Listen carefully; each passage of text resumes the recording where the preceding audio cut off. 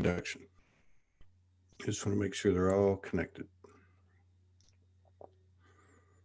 Okay, so we're good. We're live on all 5 platforms, plus the Zoom room. Got a new friend in the house, John Bertoli. Never met him before, but I went to his page. He's got great energy, and he's a friend of our friend Greg Sullivan. So we're going to, second show of the day, going to sit down and get to know him over the next hour. Be right back right after the intro.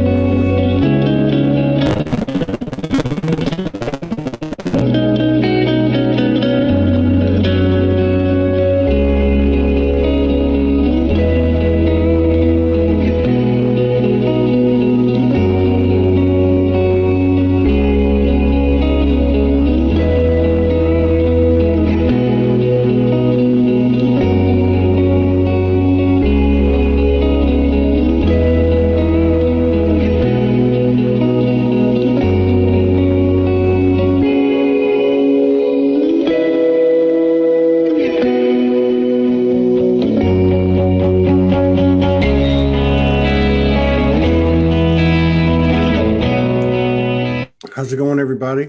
Let me just get this situated. We're using Zoom again, and with that comes a few issues, but I'm going to get it worked out here. Just give me 1 second. I want to make sure that we're on. Okay, it looks like we're on all the pages. Welcome, everybody. Because we're using Zoom, we'll only be able to see comments if you're on my page, Todd Medina page, or if you're on the YouTube page or channel. Okay. When we use this method, it takes a couple of minutes for people to get in, but I just want to say welcome to everybody. John Bertoli is in the house. I'm probably massacring his name. I should be able to say it because my last name ends in a vowel too, but we'll figure that out in just a second. Let me get him up here. John Bertoli. Okay, here we go. Here he comes. There we go. It looks like my chakra system. I don't know if y'all can see that rainbow color. Here, let me get his video going. Yeah, we're a little bit of a delay, but it's all good. Here he comes. Hey, John, you're muted. There should be a microphone icon. There you go. Can you hear me now? Yes, I can hear you now. I feel like I'm in a Verizon commercial from 1998. It's a pleasure to meet you. Gray in your beard also, so Slightly, yeah. And I just put some gel on my hair because I'm tired of looking like the professor from Back to the Future. So it makes my hair look dark, but it's actually as white as that. So how's it going? Are you in Texas, by the way? I am in Texas. Yes. What part of Texas? I'm in Baytown, Texas. Yeah, which is about 30 minutes northeast of Houston. Yeah, that's where I'm from. I'm from Houston. So I was actually born in Corpus Christi, but I spent most of from I don't even know. I can't think anymore. It was like the last 25 years probably. Most of the last 25 years probably I spent in Houston, West Houston. So, I saw something on your page. Oh, I was looking at the notes because I think we were scheduled before, and she sent me a note that said you were in the path of the hurricane. So it's good to have you here. I was also happy to see that you were and a little bit surprised to see you standing in a SETI circle with Greg Sullivan. With Greg, yeah. Greg's a good guy. Yeah. He's a great guy. He's an amazing guy. We were actually passing through, Oregon and Washington. A little bit of both. Yeah. Last year, yeah, we were living in Hawaii for a short period of time, and then we were called back to the mainland. So anyway, we made our way north from LA, and we stopped in Portland. And I remember it was must have been about 5 o'clock in the afternoon. We found a hotel about 4 miles from the Portland airport. And next thing I know, I get a message from Greg, and he says, "Hey, man, I've been watching your stuff for a long time. We're at the airport. Can you meet us here?" So we drove to the airport and did an impromptu live with him and some of his colleagues. Great guy, though. Does great work. Really does. So you are into quite a few different things. We've never met, and in our typical Soulogy style, we'll get to know each other in front of all of our brothers and sisters.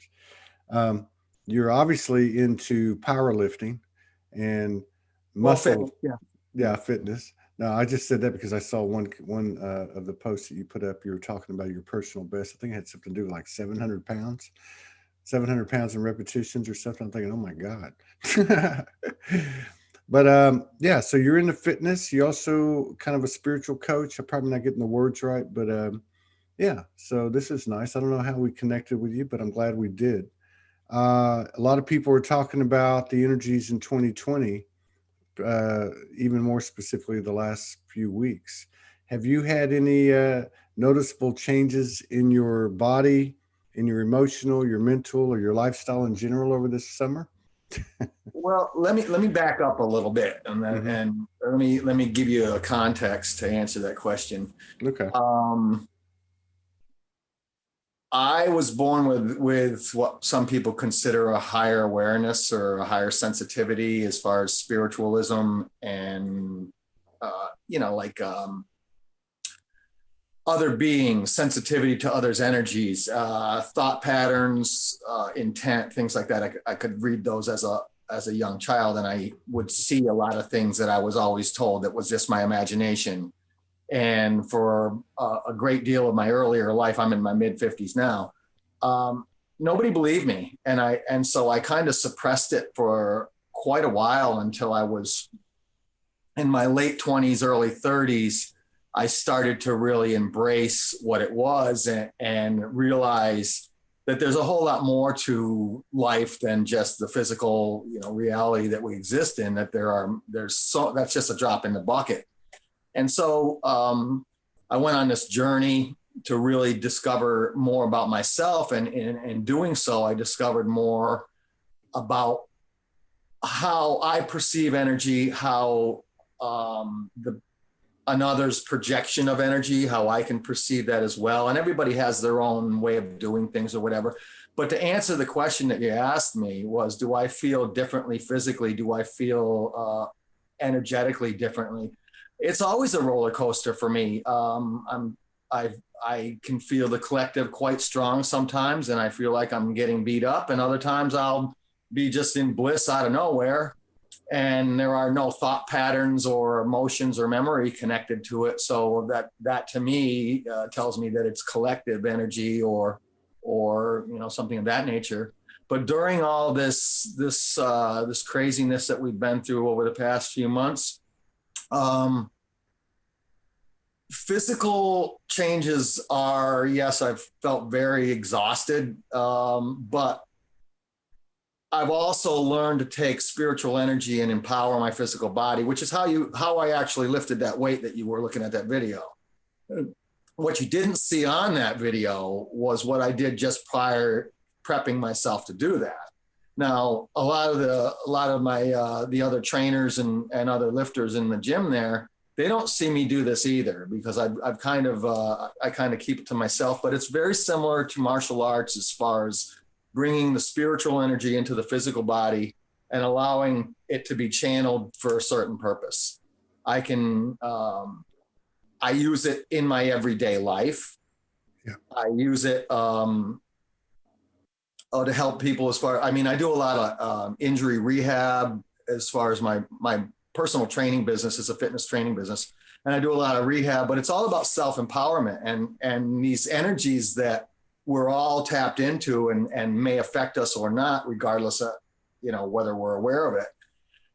That type of thing I found that bringing myself to a higher sensitivity and being able to understand and go beyond understanding and getting into knowing, the heart knowing that, where you don't have, it's not a mental thing at all. It's a deep knowing that penetrates every little, every part of my being, whether it be physical, emotional, mental, spiritual, any of those aspects are all affected at the same time. So when you ask me the question, how did it affect me, or have I felt anything different? Yeah, it's all the time, every day. Yeah. Now, being sensitive, or being a high sensitive, or which is I like to refer to it that way. It's a double-edged sword. When you're feeling a lot of collective energy that may not be all that well, sometimes you don't feel so good because you're really, you're experiencing emotion and pain and turmoil of others, but making the differentiation of, is this mine or does it belong to someone else? As far as my everyday life, that was a struggle in my earlier life. And now it's come to the point where I can pick up an energy or from an individual or several people or something like that. And I can empathically get a pretty good idea of what they're feeling or experiencing, or may that be physical, emotional, or mental, or spiritual. And so, back to the same question, there's a lot of answers to that question you asked me. I understand that. And I don't know how familiar you are with the show. We've had almost 2,200 episodes of this show. And just so you know that you're with family, most of the people that come on this show tell the exact same story you do. They were born with it. They are a higher sensitivity, highly empathic. They were told they were crazy. They shut it down. They entered the matrix. They reawoke 10, 15, 20 years later. Their skills and abilities, higher sensitivities coming back into play, learning to discern what's collective, what's theirs, what's mine. Fast-paced, fast-track evolvement over the last couple of years, and especially this year. Yeah, that's so me.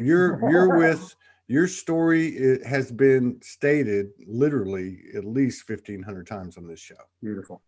So you're with the crazy people. Well, I like that. Yeah. Being told I was crazy all those years, and that's kind of the purpose that I do these interviews. Now, I was quite active for a while, and then after I took about 2.5 years off from doing public speaking. I have a YouTube channel. I did a lot of groups, things like that prior to it. And there were some personal reasons that I decided I just needed to back off and go into my personal life for a little while.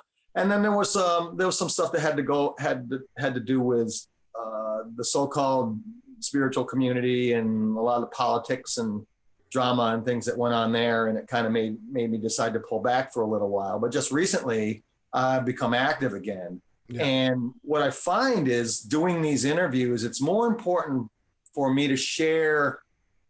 If I can share something that's going to help another, that's the purpose of me being on this show at all. Absolutely. I understand why I'm here, who I am, where I come from. I remember many of my other incarnations as well.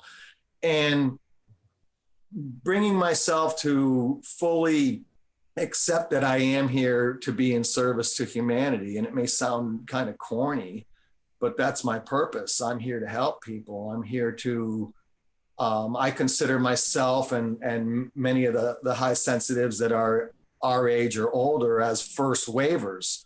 We're kind of clearing some of the, setting the way for the younger generations behind us that are coming through far more sensitive than I was when I was younger. But I run into a lot of people that don't have any type of a support structure to talk and share their experiences. Oh, you're crazy. You didn't see that. You know, don't make things up. Oh, you're on drugs. You know, and I'm sure you've heard that 1,000+ times doing all these interviews, that how people are treated from the quote unquote matrix, to use that term of yours. But if we can help just one person through this conversation, it is completely worth doing this type of thing. And interesting enough, these types of things all come to me through synchronicity. I was contacted from a dear friend in India. She said, John, I think that you should do this now that you're becoming active. This is a great group of people, and I think you really feel comfortable doing an interview with Todd. And I said, okay, let me try it. And but I purposely wanted it to be as organic as possible. So I intentionally did not look at any of the other interviews. I didn't want it to be tainted in any way. I wanted it to be completely fresh. And I don't normally do that, but spirit guided me to do exactly that. So when you said, I don't know if you're familiar with the show, I'm aware of it, but I didn't want to dig in. Well, I had a feeling you weren't, but at the same time, and here's another, just another sign of alignment. So I don't ever talk to anybody before we start this show, ever. I rarely even go to their pages. The only reason I go to their page is so I can grab a couple of pictures, and then I might scan. I didn't watch the video with the 700 pounds. I just read the byline. But we have a saying here. It's spontaneous, creative, intuitive, imaginative, and depending on what we're talking about or doing, a little bit of courageous. So there's we do our best in this vortex that we create, this continuous perpetuating vortex. We just call it soulogy. There's no doctrine. There's no dogma. It's just an energy. It's a place where we try to reflect the universe itself and just be a small mirror of it, which is really describing what your intention is, which is to create, to assist the collective, because everybody here, that's their wish, to serve.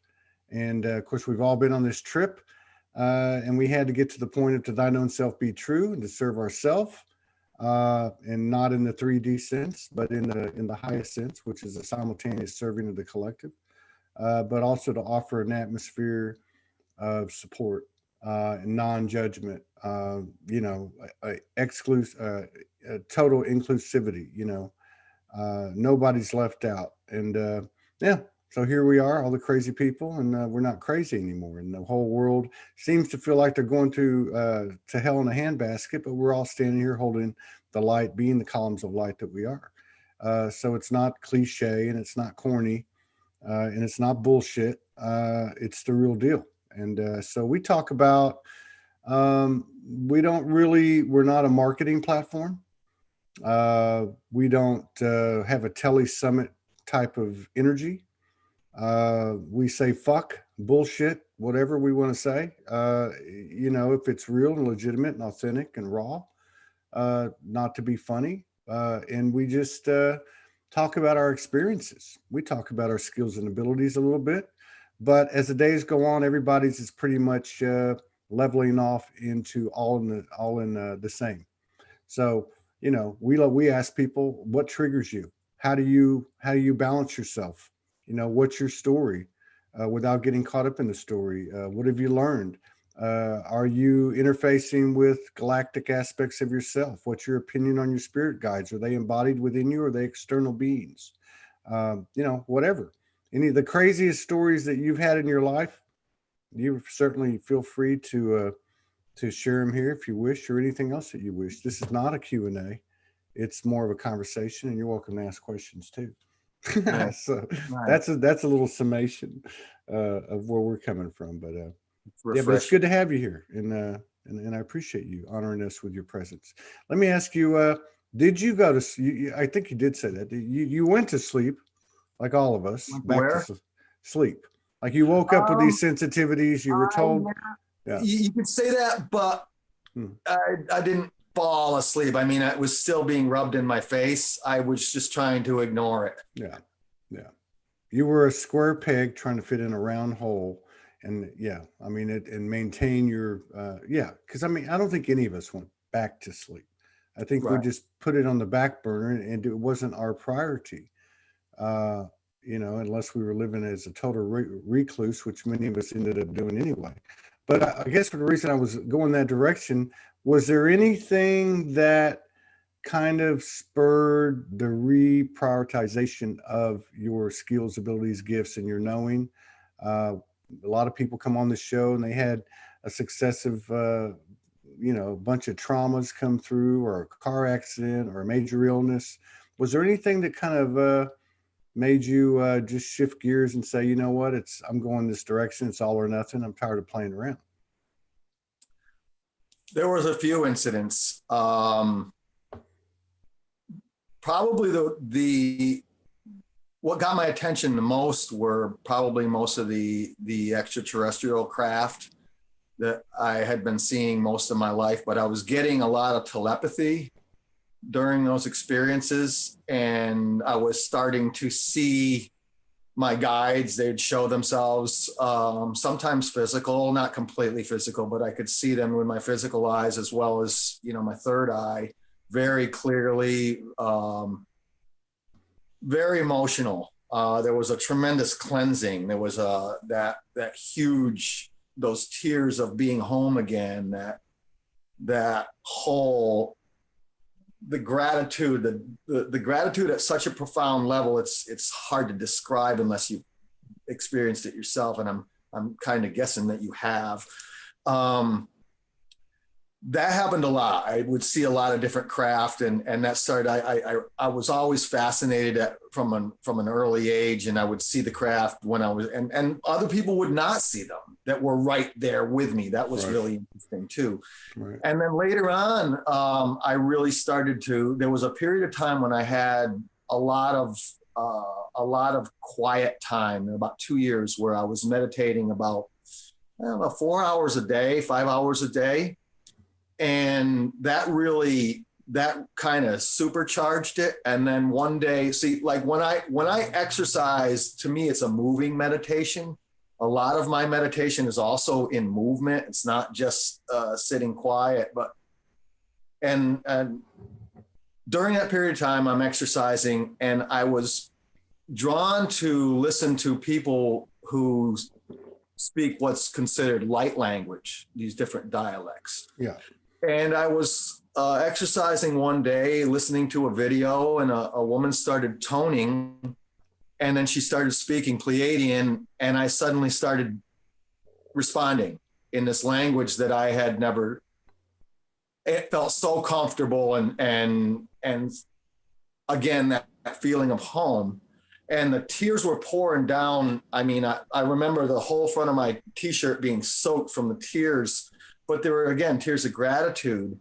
And I started getting a lot of visions at that period of time. And then the downloads were coming in. I was completely lit up. I could feel every hair on my body stand up. My body was literally vibrating intensely. And it almost felt like pins and needles on the bottoms of my feet because of the energy was grounding me. And at that point, I realized that when I access different aspects of myself, that those doors are open now and I can access them at any given time. I looked into that a little bit more, and I suddenly got a message to actually call the ESETI Ranch out of the blue. And I called there and I spoke to a woman, and I said, listen, this is going to sound very strange. She goes, this is ESETI, and probably not, right? That's right. And I said, no different than here, right? Yeah. Right. I've been speaking this language. I'm not sure what it is, but it's extremely powerful. And is there anybody there who's familiar with this type of thing? And she asked me, she goes, well, could you describe it? I said, well, why don't I speak some dialect? And I did. And she got completely lit up from the energy. She goes, hang on a minute. Let me go talk to somebody. She goes, can I have somebody call you back in a little bit? And I said, yes. So the phone rang in about an hour, and it was Saulretta Antaria. You know Saulretta? Yes. I don't know personally, but I know who it is. Yes. Okay. So Saulretta and I spoke a little bit. We exchanged light speech, and both of us got visions over the phone. Long story short, she went back to Australia and messaged me, hey, would you like to do an interview regarding this language? And I said, I would love to. And I was guided to do this. So I did an interview. It's on my YouTube page, my YouTube page is We Speak Unity Light. That's We Speak Unity Light. If anybody wants to watch, check that video out.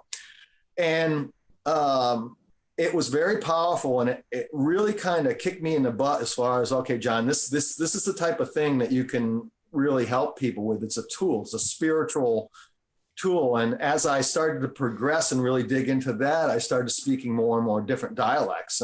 Somewhere in the neighborhood of 40 different dialects have come through, maybe even higher in that period of time. And I realized that I was given these tools to help other people unlock their light speech. So that's why I consider myself a light language activator. Now, people would come to me and say, John, can you teach me light language? I said, no.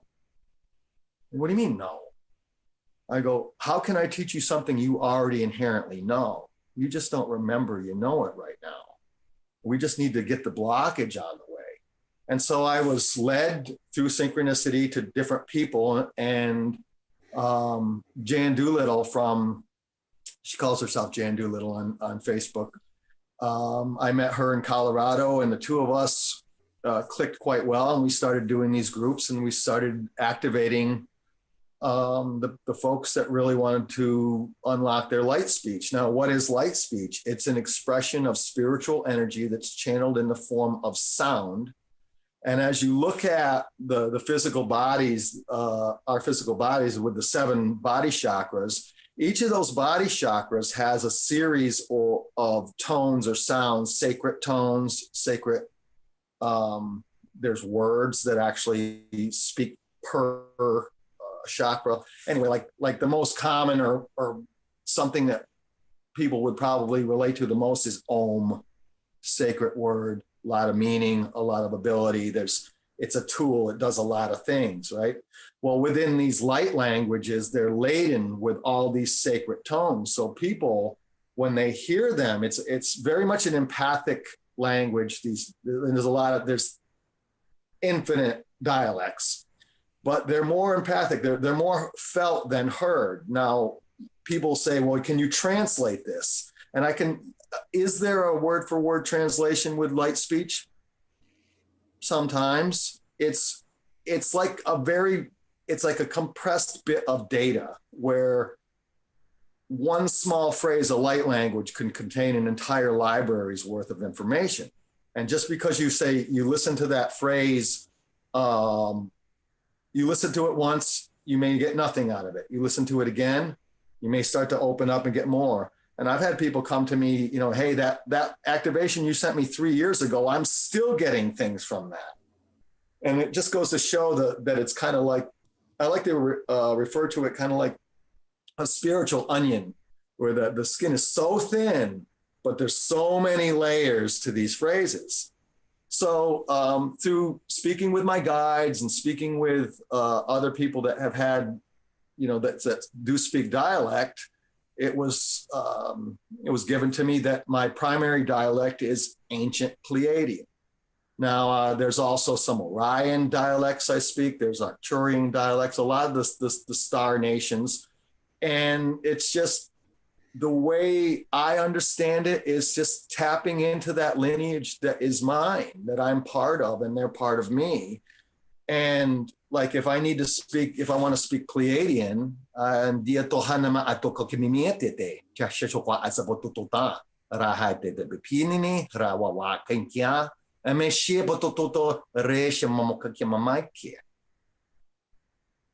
now every hair in my body stood up as I was speaking because of the energy that I'm tapping into as I do this. Now, everybody has the ability to speak these dialects if they choose to.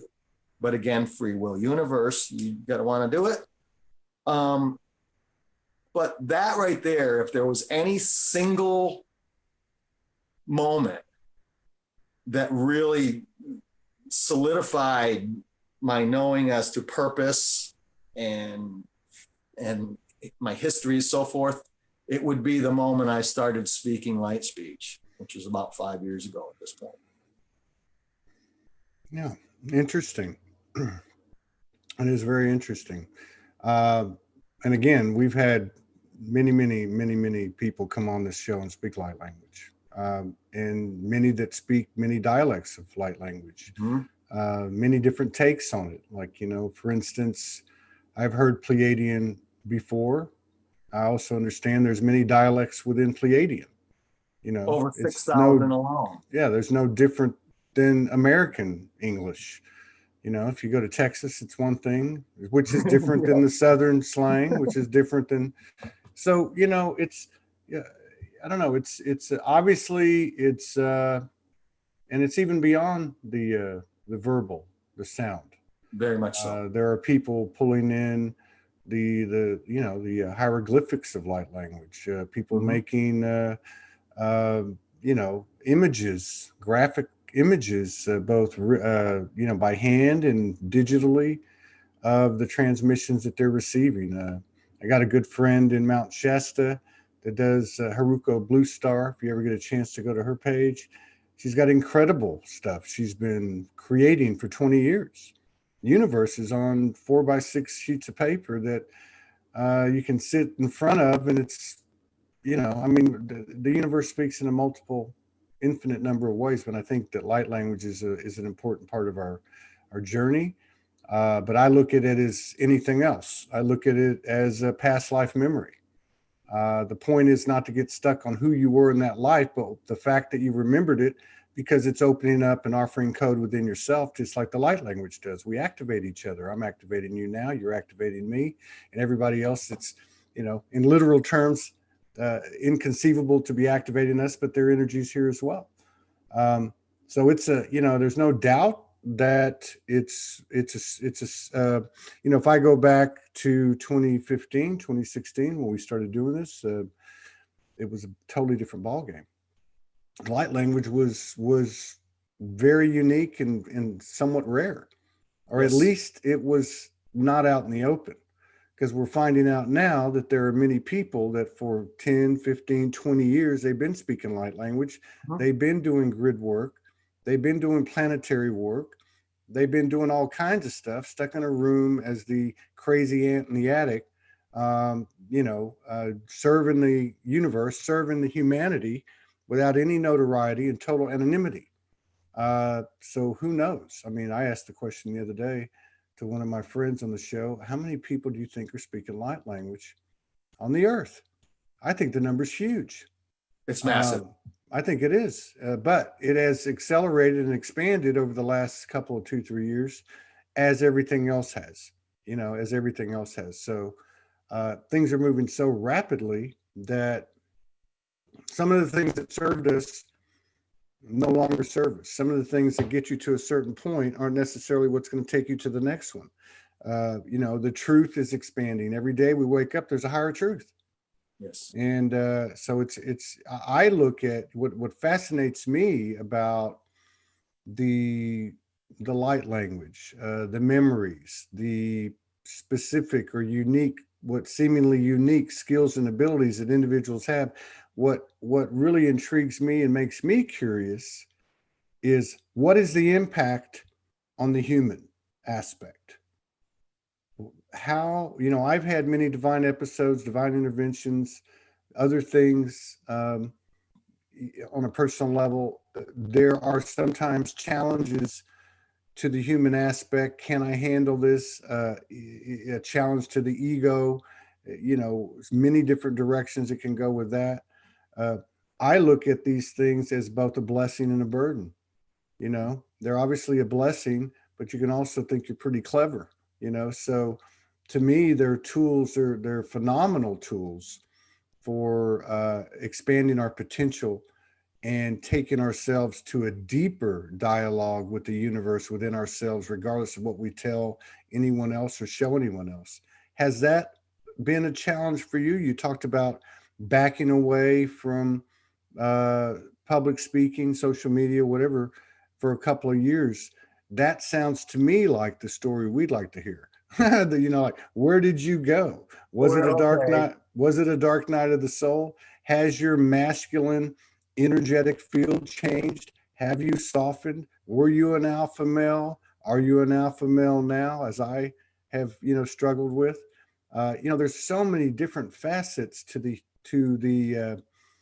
uh, the transformation of the conditioning and the imprints that's been laid out on the human aspect, because we all know as we've gotten this far that if you can't embody the stuff that you're pulling in, and we're all pulling it in, and you can't keep the human fully present, then you got work to do. But this is fascinating, especially to be talking to a man, because most of these people in these communities are women. We know this, but they are starting to step up. Have you seen changes in yourself? You just got back in public speaking, right? And just recently, right? What were Yeah. you doing these 2 years? Were you living the Going inward. yeah. Okay, so let me address the something first. When I met Greg, I had spent 8 months living at the SETI Ranch. So during that period of time, I did many different things up there. I ran the conference center. I have a background in audio, lighting, all that other type of stuff. But on the spiritual side of things, I was doing these activation groups. And just in the 8 months I was up there, and I kept track, there was over 350 people that spoke light language for the first time. So to answer that question, is it growing, and are there, many, many people that speak dialect? Every day it expands. Yeah. So to answer that question, yeah, by all means. When I pulled away, basically I came down to Texas here. I met basically my divine counterpart up at the SETI Ranch, and it was love at first sight again, because we've had many incarnations together and we remember them identically. It's pretty powerful. But I came down here and really did some inner work. Was I an alpha male back in the day? Absolutely. What was my first clue? I was the same. I was a very angry young man. I came from like in my early childhood, I was severely abused by my father. And so maybe that, the trauma that does seem to be like a common thread for a lot of people that are highly sensitive, to have high levels of trauma in their life at some point. And does it trigger opening? I think it can. I think it can trigger a lot of things, self-destruction, that type of behavior. Well, there's a strong argument and that's very true. There's a strong argument that especially in childhood, that they develop, a high level connection with the higher realms, because they're disassociating, they're leaving their body during these traumatic events. Yeah. I have to just agree with that 1000%.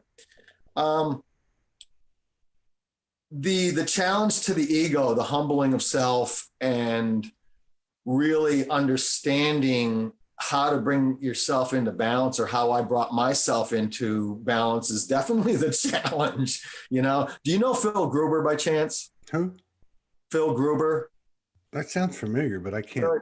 Phil does a lot of mystical sciences, and he's an incredibly knowledgeable person. But we were talking pretty in depth on a level, this type of level. And of course, there's not a lot of people other than, something like a platform that you're providing here, where we can actually express, and I can have these conversations. I can't have this conversation with a lot of people, right? But he made a comment. He goes, considering a lot of the things that you've gone through and you've experienced, you seem very balanced with your physical life. And at this point, yes, understanding that I do have this physical life, I have all these other aspects, and to try and find that common ground in the middle to where I can function and not, and make it so my physical life is living the life that I want to live, and not be, tortured by a lot of this higher sensitivity. Because when I was younger, I was, because I didn't understand it, didn't know how to process it. And so, yeah, I went in, I really started, digging into myself. During that period of time, I had so many different awakenings and memories. One of them was I was meditating one day and I suddenly felt a taste of all the pain of all the animals that were being killed every single day for people to eat. And it was traumatic. And it dropped me to my knees. I was crying like a baby. And at that point, I decided I was going to become a vegetarian. And I was no longer I no longer wanted a living creature to die for me to eat. And at that point, when I did that, there was a weight that was lifted off of me. I could feel it physically being lifted off of me. I felt literally lighter. It seemed also like aggression and, irritability and things like that washed so much of that away from me, because when I was younger, coming from abuse, I had a volatile temper, and when it went, it was really bad. And I was quite a strong, powerful young man. And so that wasn't good. Mix those two together, that wasn't good. And I became very violent when I was in my 20s. And having a lot of these spiritual experiences and speaking with these different guides and speaking with ascended masters and higher aspects of myself and so forth, put it into such perspective. And it was like, I understand that now as these are the checks and balances that I needed to experience so that I could have the contrast and understand. Now, some people will come to me, some of the folks I work with, and they'll say, I had this experience. What does it mean? Well, and my answer to that is, what did you get from it? What do you think it meant? Because I don't have the answer to that. That's a very personal thing for you to experience. And I've always tried to answer their questions with a question. And how I got there was I would do that to myself, And this was a really good one too, is I was meditating one day and there were two of my guides I was conversing with, and they said, "How do you feel?" And I said, I want to say, "Well, I feel okay." And I realized they didn't mean how do I feel physically? It says, how is it that I feel through emotion, through, all these different facets of myself. And they basically, it kind of triggered a larger perspective of myself and really got me into the point where I could use it as a tool and say, okay, if I'm interacting with any given action in my life, if I can observe myself almost from the third person, then I can learn more about myself. I can see how, did I really act like that much of a jerk during that experience or that type of thing. And I found out that a lot of the problems that I was having, it was all me. I could blame it on somebody else, but the bottom line came down to was I was not opening enough. I was living in the ego. I wasn't healing myself. I was pouring more salt in on those old wounds rather than to understand that those wounds have a very specific purpose. Okay. Like the abuse I suffered from my father. I actually, believe it or not, my father, I hadn't talked to him in years. And it was about a week before he was about to die. He was very, very sick. And I have two older siblings. They let me know that he was very, very ill. And I said, okay. And I remember exactly where I was. And all of a sudden there he is, but it was not the twisted, sexual, perverted pedophile, that had abused me. It was a very pure part of his soul. And he said, I come to you, ask for forgiveness. And I gave it to him. And that was one of the best conversations that I had ever had with my father. And he goes, he goes, you realize, of course, that when you're forgiving me, you're also forgiving yourself. And now this is a dimensional conversation or a third eye conversation. Yeah. And so about a year and a half later, he passed away. And a year and a half later, Now I was in Massachusetts at the time when he passed away. He was in Florida. So I hadn't seen him physically in 15 years, something like that. And so then he came to me again. And this part, when I remember exactly where I was this time, I was actually running a big machine and I'm having this conversation with him. And he goes, can I enter that same conversation that we had the last time? I said, by all means. And he brought me to a place. And as we left, we were just light. We were not, bipeds or any human shape and form. It was more kind of like this, kind of like a vertical star, a very thin vertical star looking white, silvery light. And we were brought to a place that I like to refer to as a plane of manifestation or a point of focus. And he showed me how I had gone to him and said, listen, I'm looking to have these experiences in my life so that I can have this knowledge and this wisdom from this. Would you play the role of my father? Yeah. And he agreed to. And then there was another soul that was sitting there, another fractal of a soul, another light being, and that was my mother. And I said, would you play my mother? My mother was the very kind, nurturing type. My father was the sexual, deviant, abusive, alcoholic, often, and the complete polar opposite.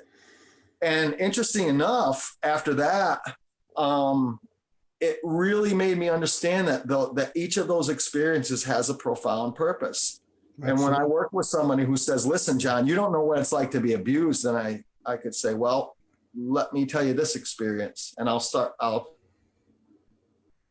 I'm able to share a little bit of something that happened to me, and they're okay. And the walls go down, and then they're able to feel more comfortable and maybe hear themselves say what they need to say. And that was a very profound, awakening or aspect that I needed. And then interesting enough, after that is my mother had passed away prior to that. And I was at the Star Knowledge Conference in Boulder, Colorado. I had Soletta Antario sitting right next to me. And Chris and Anara White Bear, I think is her last name. And Chris, it's a long Greek last name. I can't remember his last name. But they came up and they both spoke light language, and they said, we're going to open this portal, this Orion portal here. No, it was Andromedan portal. I'm sorry. And so I'm sitting on the side of the stage, and I had Soletta Antario right next to me, or not Soletta. This was Sierra Neblina was next to me. And we're sitting there, and they did this. They created a harmonic through sound, and both of them speaking their light speech. And Sierra and I both saw what looked to be this on-edge disc starting to appear. And we're looking at it lengthwise. And I kind of turned my head a little bit. It looked kind of like when you look down the highway, when you see the really hot road, how the light is refracted from the heat. And it's like, it looked like that. At that time, I saw these 4 really tall beings step out of that portal. And one of them, I'll never forget this. Their bodies looked like the picture from the Hubble telescope where all the thousands of galaxies are.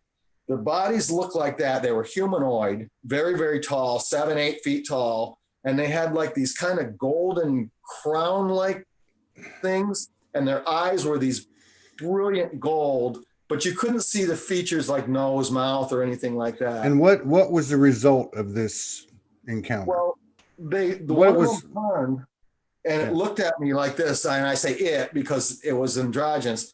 And I remember it sucked the wind right out of me. I felt it get hit so hard in my heart chakra. And I looked over at Sierra. I go, "Did you see that?" She's turning white. What was the result though? What did you get from it? What happened is that one of those beings became or showed themselves as. It came into a slightly different form, a very tall white being by the name of Ishio, which is an Andromedan. A fractal of that being was incarnated into my mother's body. Right. So Just that, as, yes. Okay. I get that. And I just want to, I'm just trying to get to a place of transformation, to be honest with you. Every conversation I have is about new endings and new beginnings. You have had a wealth of experience. You're talking to someone, and there's many people here listening that have had direct encounters with aspects of ourselves. To include, in my case, Star Family walking into the bedroom, translucent form, and my aspects entering my body. To many other encounters. So, I know these things go on. I'm not personally, I think we've heard enough, and not from you, but from the general public, from MUFON, from all the stories are the same. Your stories of trauma are no more a blessing and no more a burden than your stories of connecting to other aspects of yourself. My point is that it seems like at this point, and you have a lot to offer beneath this. Uh, the emphasis is on the divine human. It's on the carbon-based body transforming to light body.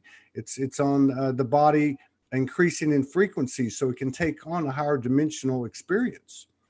If we take, for instance, your experience, like many of the people that are listening, at a young age being sexually traumatized, okay?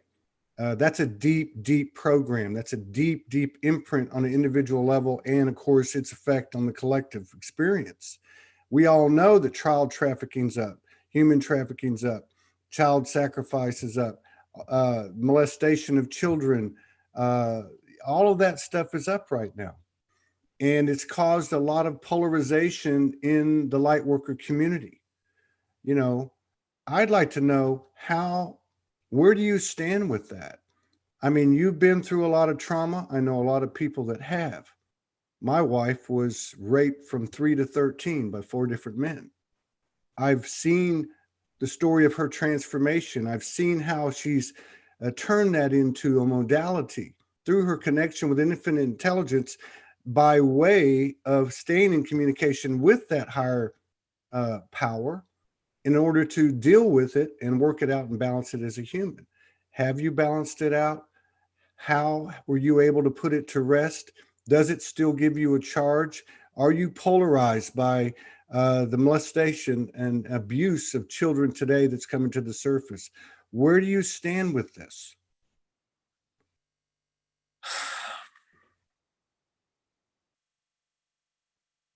polarization, I don't know if I'm going to express it quite that way. The trauma of these children, in my opinion, is completely unacceptable. The trafficking, sexual abuse, the sacrificing, which is worse. Do you see it? Do you see it as evil? Now, let me just before you answer that Okay, so question, let me put it this way. but I know, I think I know where you're going. let me just go back to your words, because this is where I see the value. So the question is, do you see it as evil? But on the other hand, you have this very real anecdote from your life, and that was that you've met a higher, a light being that within its composition, or vice versa, your mother uh, played a role in your life in the traumatization that you went through as a kid. So with that as a background, as a backdrop, you have this experience with firsthand interaction of a higher awareness that your father chose to come down and play this part, that your mother chose to come down and play this part, that aspects of this Andromedan or whatever these beings were, this star family, are within them, and that aspects of your mother and father are in these beings. Now, then you have the human experience, and the question is it evil? You see what I'm saying? So Okay, you, I know exactly where you're going with this, or at least I think I do. Um, I kind of look at energy. I like to use the car battery analogy. yeah, You have a car battery, you have a positive and you have a negative. The battery won't operate with both negative and positive. It has to have both aspects. When I look at energy, there's two sides to energy. There's a dark energy, there's your polarization, and then there's the light. Now, is there evil? Of course there's evil. Is there extreme light and extreme kindness that contrast it? Exactly. There's a balance, but the balance is the key. Finding the place centered within those energies. Because if, in my experience, when I leaned totally to light, when I wasn't prepared when something dark would happen to me, I needed to accept the dark for what it was. Doesn't mean I need to bring judgment in on it. Yeah. And the judgment of this is evil or this is good is subject to perception. Well, of course it is. Of course it is. And I'm not a proponent of anything. I want you to understand that. I'm not trying to what I'm trying to do is cultivate a higher level of awareness and a higher coding, which I think we're actually expanding the templates. We're expanding the blueprints. We're not going back to the original blueprint. We're not going back to the original template. We're creation. We're the universe. We're always expanding. We don't stand still. How do we get there? I think the human experience is an absolute phenomenal, unique, once in a whatever catalyst for expansion. Now, if I hear a man with the wealth of your experience tell me that he met his abuser in dimension more than once, and that in that conversation and that interaction, he came to understand that this particular energy or this mirror of him came down here by mutual choice to play a role. Okay. And in playing that role, as you said, was in benefit to you at your request to expand as an individual and to contribute to the collective in its expansion through your own expansion. So what I'm trying to say is that you are almost like the perfect example of each one of us on the earth today. Although there's varying degrees, and the bottom line is all of our pain is the same. It just looks different. It's the same proportionate to our life experience. But what I'm trying to say is you're like a perfect example of where this is happening. It's not a war of good and evil. It's a war of energetic polar opposites. And we're the ones that are actually bringing this to a new zero point. You have this wealth of experience. You've met this perpetrator in the heavens, so to speak. You understand the role. You understand the role he took. You understand why, because it was from your own request and agreement.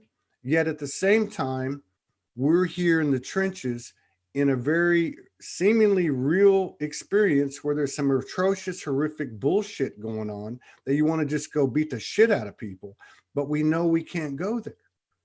I mean, I don't think any of us have found this zero point. I think we can make this cliche and talk in platitudes and all this other stuff. But I think the bottom line is we're working this out.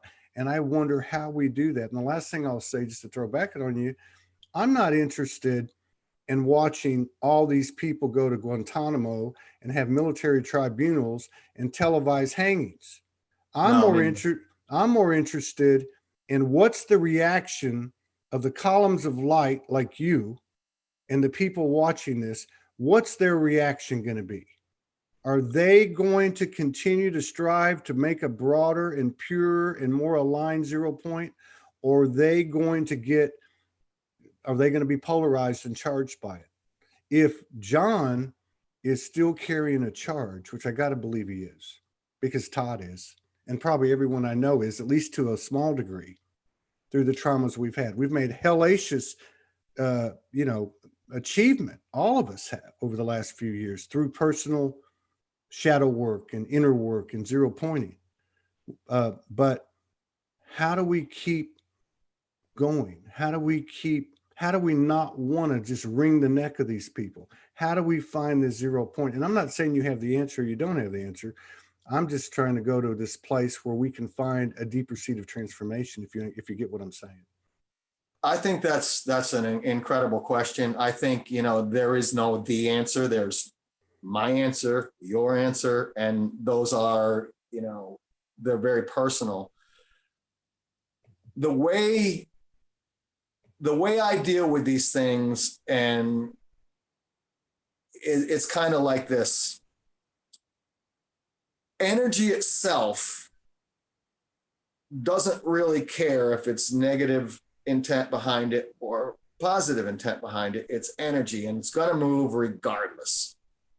It's ever present. When something gets very charged, now you said, am I still charged from things that have happened to me? Absolutely. It's a daily thing. It's every day I work on these types of things. But let me bring it down to a very simple form. 25 years ago, I'd be driving down the road and somebody would cut me off and I'd fuck you, right?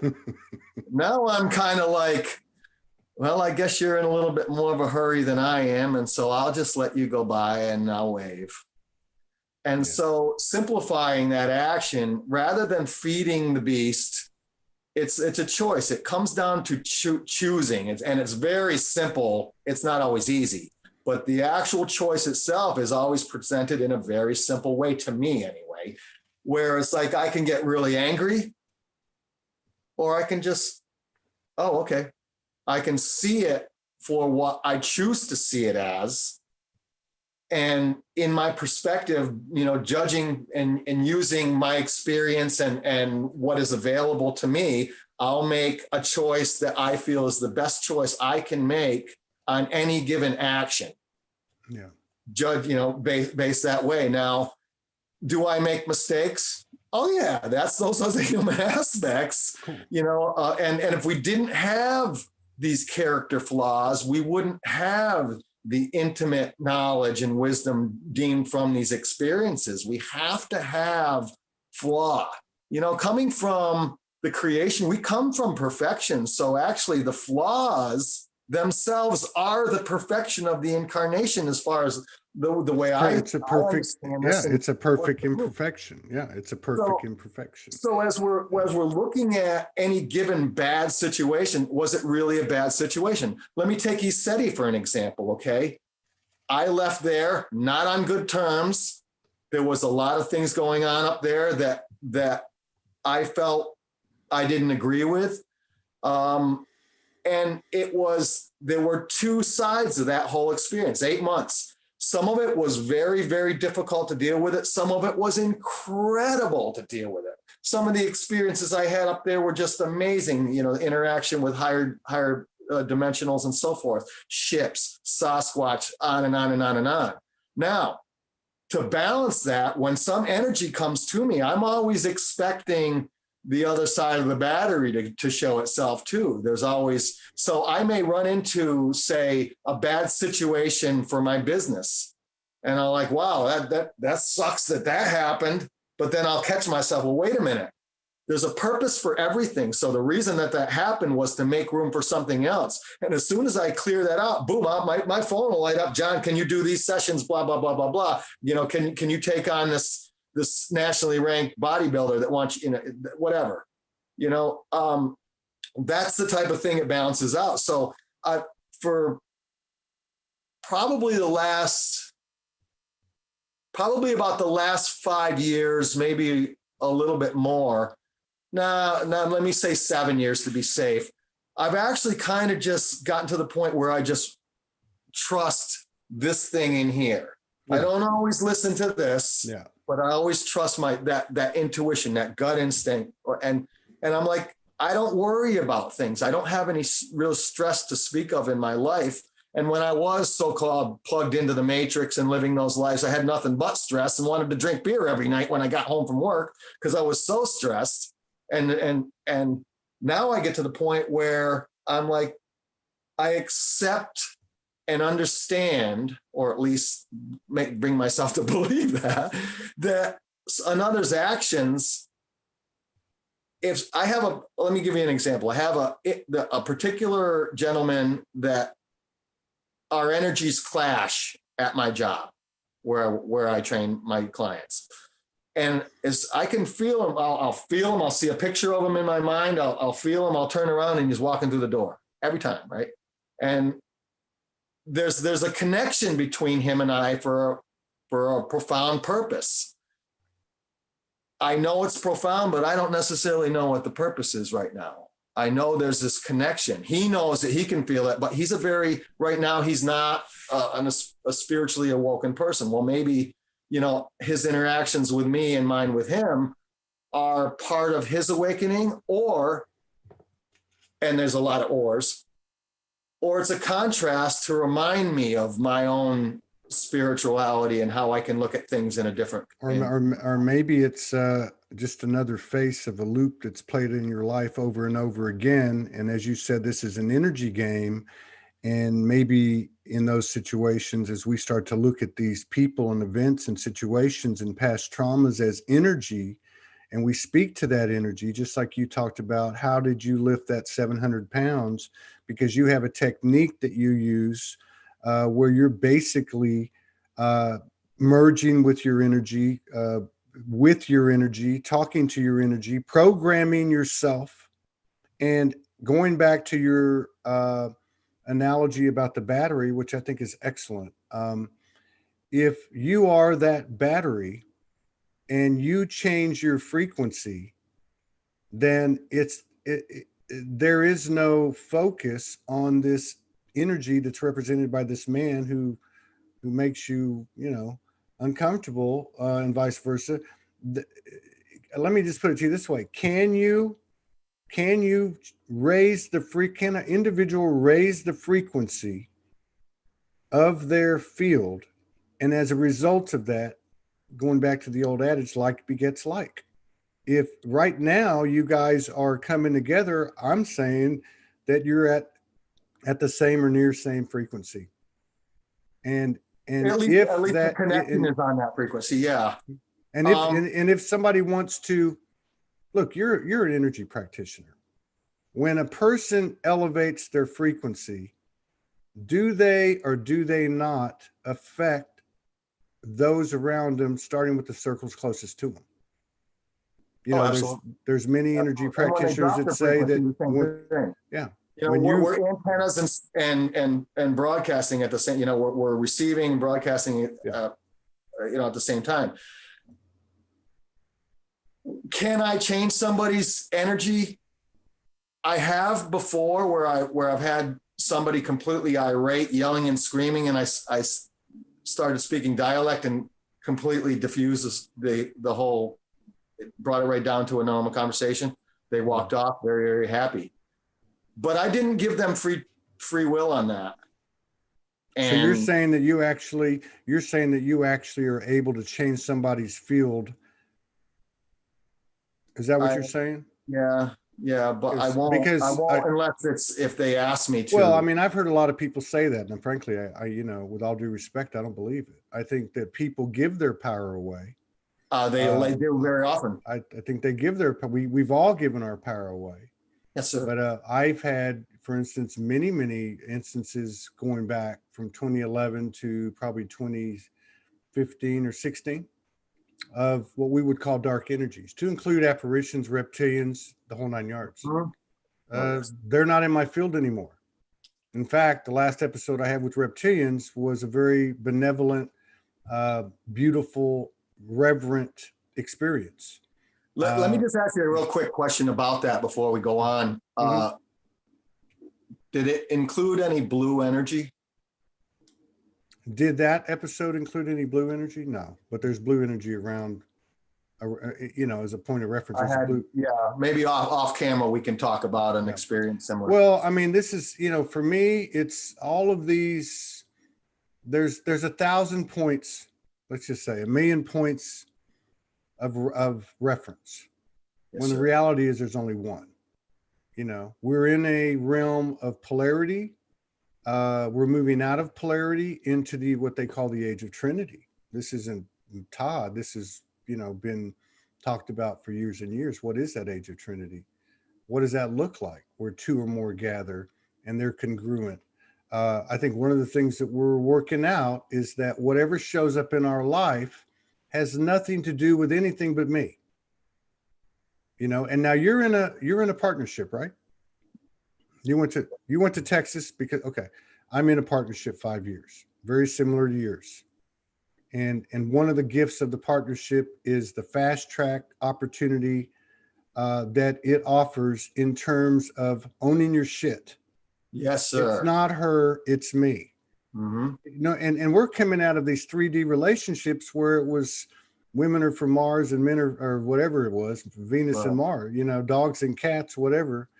And women are crazy and men are stupid, and we're trying, and one of the other methods of expansion, I think, is in these partnerships. Not that everybody has to have a partner, because it can all be done inside yourself, but that there's a physical representation of the energetic that's in the field, which is the balancing of the masculine and feminine. And what it looks like on the surface is you have these new types of relationship where, as time goes on, there's less and less trigger. There's a lot of things that you would see both as good or bad in these old relationships that go away. And I guess what I'm trying to say is that going back again to the what we were talking about, which I think is fascinating, especially given the fact that you're a trainer and that you work with energy, and your reference to how you lifted that 700 pounds, which tells me that you work in mind, body, soul, is that if I change my field, uh, then I'm going to change my level of magnetization, be it higher or lower, however you want to say that. And two, anybody, nobody, and I'm not knocking you, I'm just making a point. And I think this is a new higher truth. And that is, we don't infringe on other people's space. I've watched this crazy occurrence since the end of last year through this show of where the yogi guru codependent frequency from the 3D experience is going away. Virtually every practitioner I talked to this year is telling me, man, everything's changed. My modalities have gone out the door. I've had to modify them. People are coming in, they're lit. And it's all about self-empowerment as opposed to the old student teacher codependent frequency. So there's a lot of dynamics and there's a lot of change out there. And I think,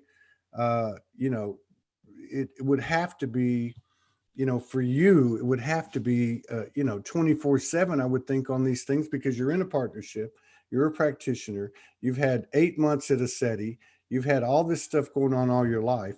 I would imagine it's moving like this for you. It's fast. Yeah. Yeah. Well, the other thing that, like my partner, she is an absolute spiritual powerhouse. We've been together.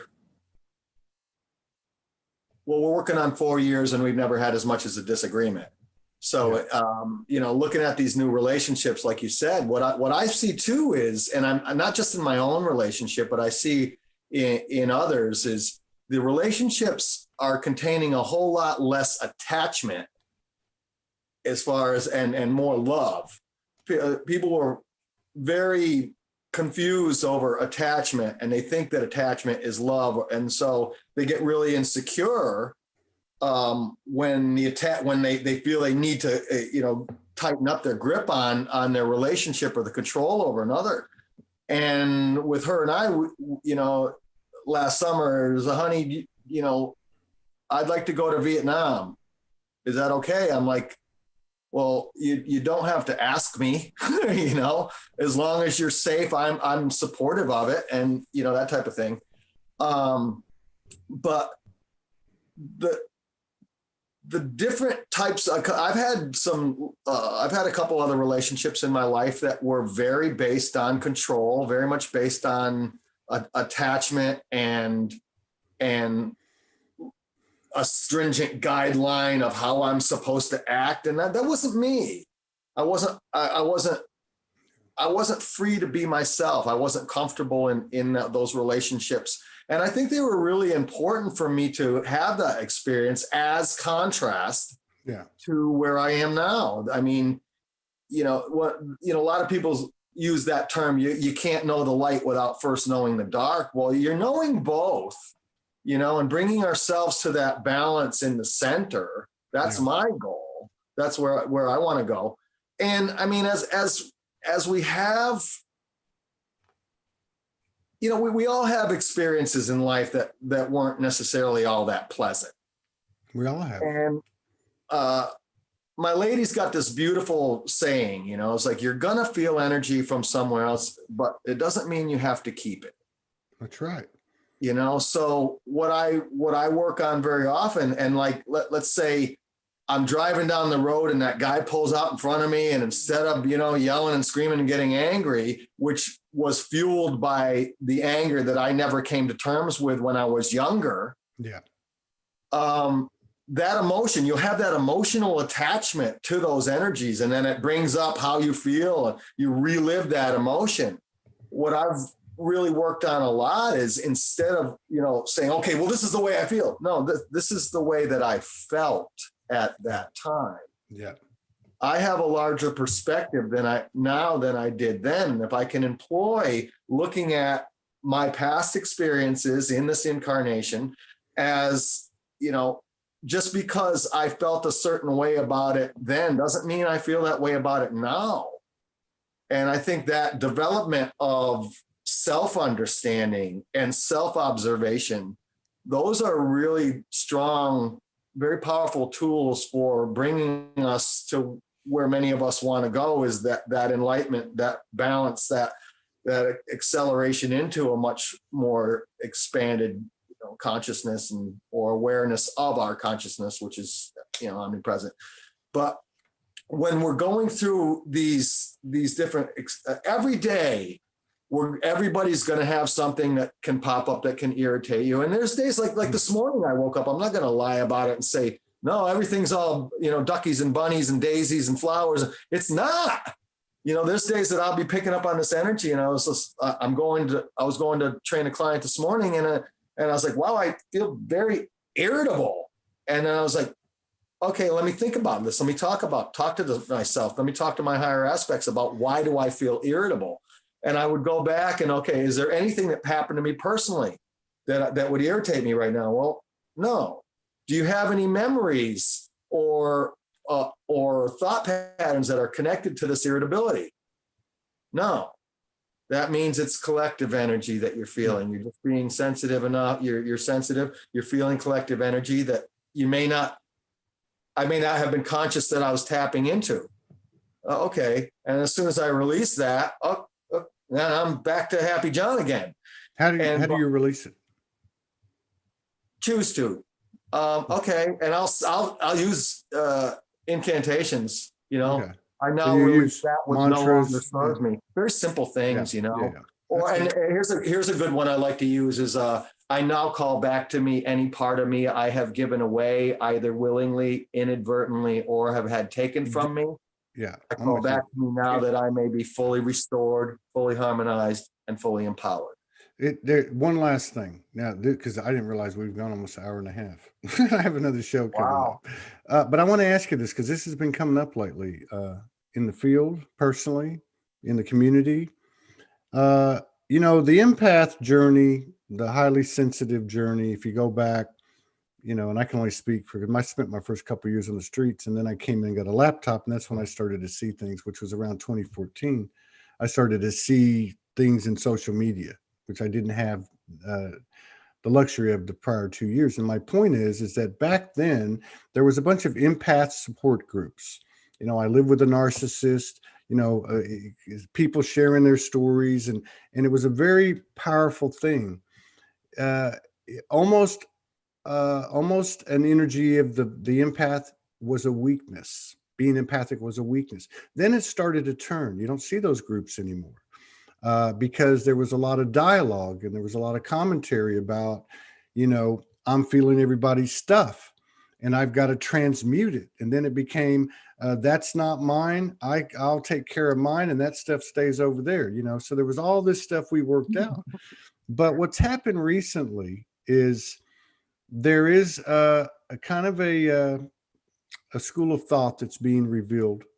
And I'll look at people like Lori Ladd, just because we had just talked about this the other day, but I've seen other people writing about it.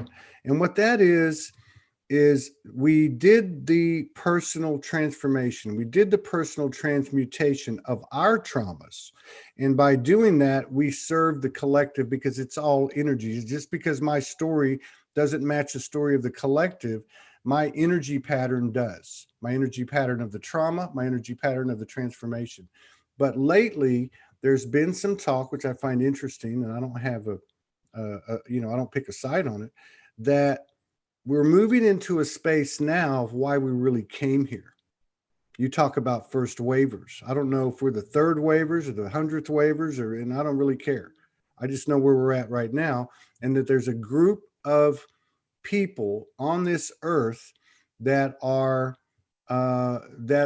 in these circles, that know they're here to serve, that know that there was a time coming when they'd be asked to go to work, and that time is upon us.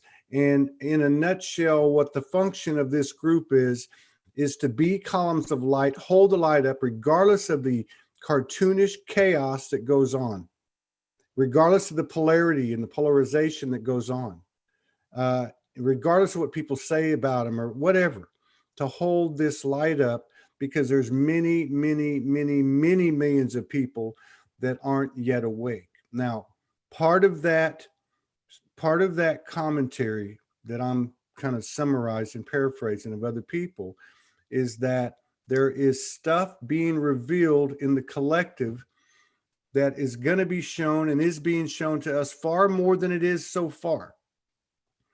Names, events, the whole 9 yards.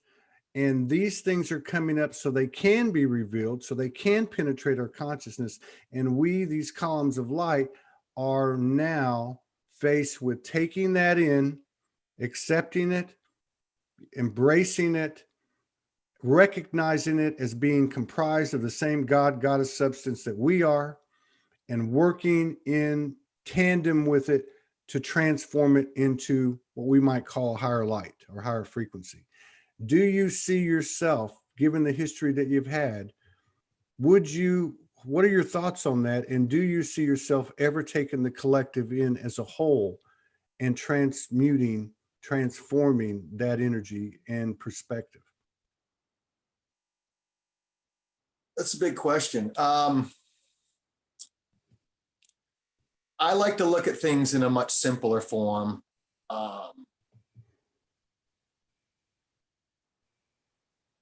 If somebody, say you're walking into a store and you hold the door for a person and you smile, that small kind act could completely change that person's day if they were having a bad day, or suicidal or something, something pretty dark, right? So the collective, can I take in the collective? Do I feel that that's part of my purpose? Yeah, it is. One kind act at a time. Very, very simple. You talk about people that are drawn towards other people. There are those who are drawn to me and those that are repelled by me. I know it to be completely energetic at that point. Yeah. As we look at where we're going with this to kind of wrap this whole thing up, it doesn't have to be a huge complicated issue. The way my knowing and my understanding is, it all comes down to intent. If we keep our intent where we choose, that's really all you need to do, because everything else will line up. It doesn't have to be this, months in a monastery type thing. No. You can change your energy in an instant. Yeah. And it's just that choice. But so many people have forgotten they actually do have a choice. And I think that's it. Just choose. And if you believe, go beyond belief into knowing. Yeah. It's that simple.